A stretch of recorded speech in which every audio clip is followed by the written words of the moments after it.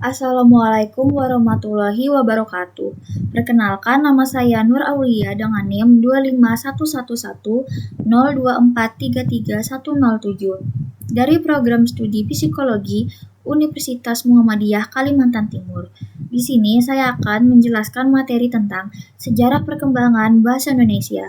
Dimulai dari latar belakang terlebih dahulu, menurut penyelidikan sejarah bahasa, pada beberapa abad yang lalu, di bagian daratan Asia ada sekelompok bangsa yang berinteraksi menggunakan suatu bahasa, yaitu mereka menggunakan bahasa Austronesia.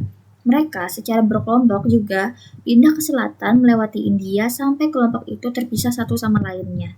Setiap kelompok mengalami perkembangan mengenai budaya dan bahasa, membuat bahasa mereka menjadi bermacam-macam. Contohnya, ada bahasa Melayu yang sederhana, mudah dipelajari dan mudah diingat karena tidak mempunyai tingkatan seperti bahasa Jawa dan bahasa yang lainnya. Lalu, perkembangan bahasa ini juga cepat menyebar ke daerah lain.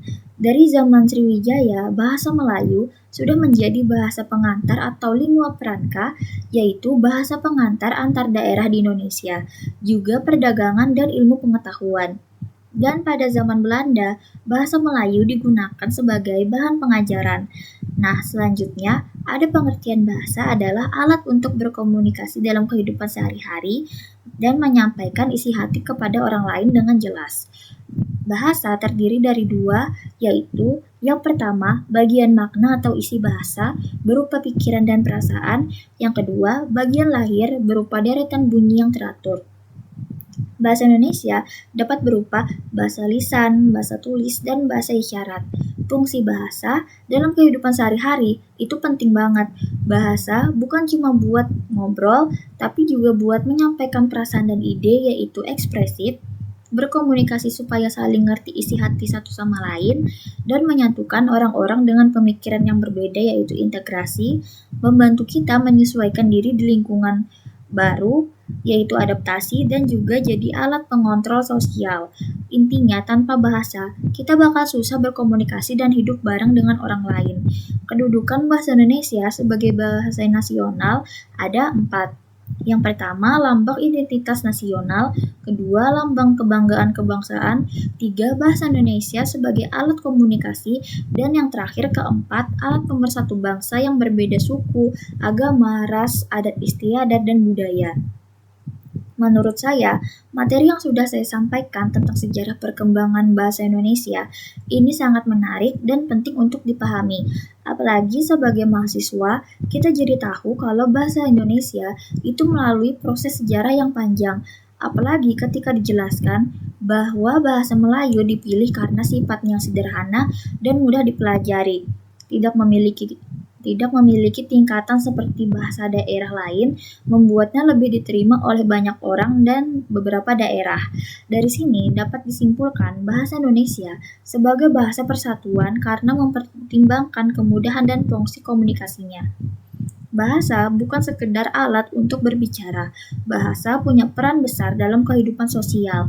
Makanya bahasa bisa menjadi sarana untuk mengekspresikan perasaan, menyampaikan ide, membangun hubungan, bahkan menyatukan perbedaan.